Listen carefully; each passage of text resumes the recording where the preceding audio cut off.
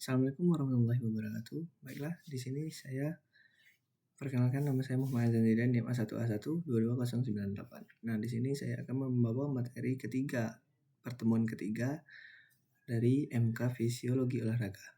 Nah, di mana pertemuan ketiga ini akan membahas tentang sistem energi dalam aktivitas fisik olahraga. Baiklah, yang pertama adalah definisi energi, di mana menurut Fox 1988 membagi 6 bentuk energi, yaitu energi kimia, energi mekanik, energi panas, energi sinar, energi listrik, dan energi nuklir. Nah, di mana energi yang dihasilkan dari proses oksidasi bahan makanan tidak dapat secara langsung digunakan untuk kerja tubuh. Energi ini terlebih dahulu diubah menjadi senyawa kimia berenergi tinggi, yaitu adenosine triphosphate atau ATP Mayes 1985. Nah, di sini adapun ATP sebagai sumber energi dalam tubuh. Bila terbagi menjadi dua, yaitu bila satu senyawa fosfat dilepaskan dari satu GRL atau ATP, maka akan keluar energi yang diperkira sebesar 7 sampai 12 kcal. Selama hidup berjalan, maka fungsi tubuh akan berjalan terus, sehingga proses penyediaan energi dari ATP pun akan berjalan terus menurut Armstrong 1979 dan Mayes 1985. Nah, di sini adapun sumber energi saat olahraga, pembentukan oksidan dan asam laktat. Nah, di mana di sini ada aerobik, yaitu ada oksidan asam laktat menjadi serabut otot tipe 1.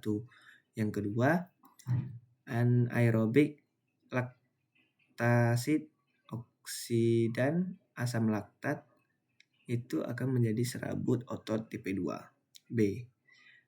Dan yang ketiga, anaerobik alataksid itu membentuk oksidan asam laktat akan menjadi serabut otot tipe 2A. Aerobik dan anaerobik selisih berganti itu akan menjadi oksidan asam laktat akan menjadi serabut otot tipe 2A. Nah, di sini adapun proses pembentukan energi, metabolisme aerobik, metabolisme anaerobik alataksid. ATP menjadi ADP ditambah P ditambah energi bebas. ATP yang berbentuk digunakan aktivitas fisik 1 sampai 2 detik. Nah, kralate pos HT tambah ADP dikurang kreatin tambah ATP. ATP yang berbentuk digunakan U atau aktivitas fisik selama 6 sampai 8 detik. Metabolisme anaerobik laktasid, glikogen atau glukosa ditambah P ditambah ADP ditambah laktat dan ATP. ATP yang berbentuk digunakan untuk aktivitas fisik selama 4 sampai 120 detik. Selanjutnya ada metabolisme aerobik. Nah, di metabolisme aerobik ini ada glikogen ditambah asam lemak ditambah P ditambah ADP ditambah O2 CO2 ditambah H2O ditambah ATP, dan ATP yang terbentuk digunakan untuk aktivitas fisik lebih dari 3 menit. Nah, selanjutnya adalah proses pembentukan energi pada saat aktivitas fisik.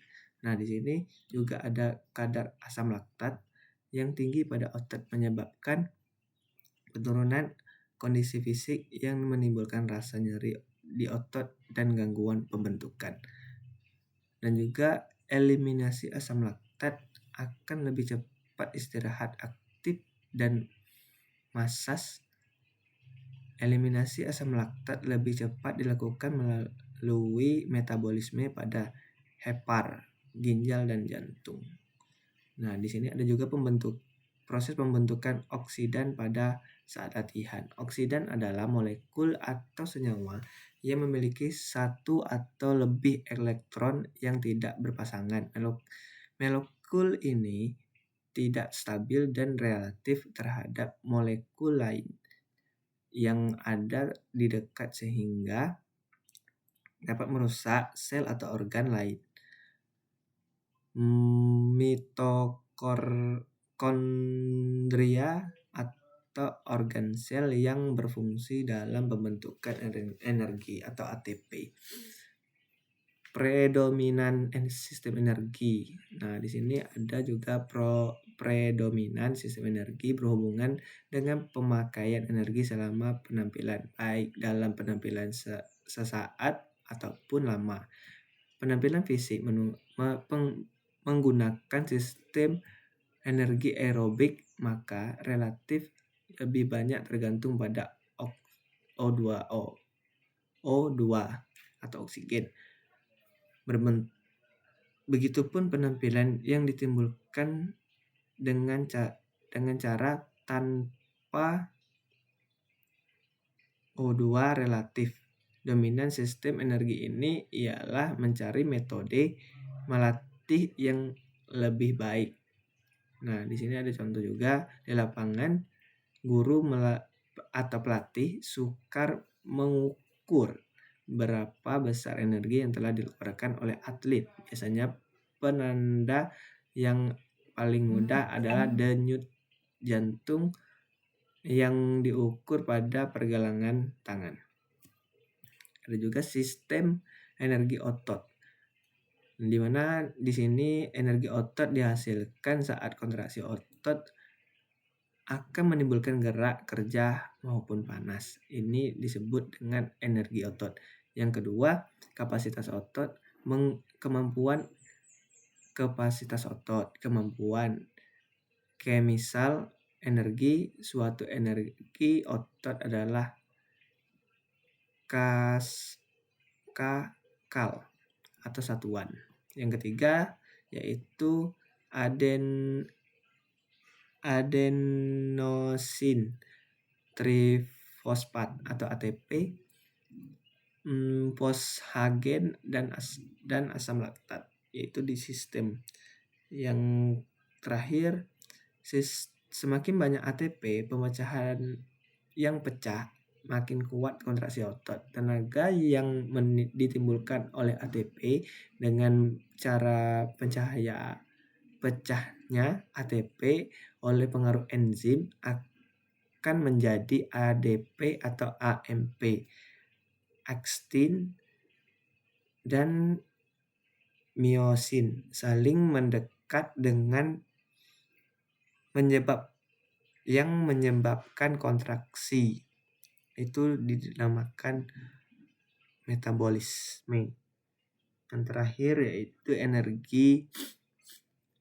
sistem energi dalam otot rangka berdasarkan jenis rabut otot, cabur, dan bagi menjadi yang pertama yaitu cabur aerobik, cabur anaerobik, cabur dengan aerobik dan aerobik yang silih berganti, cabur meluaskan power, dan cabur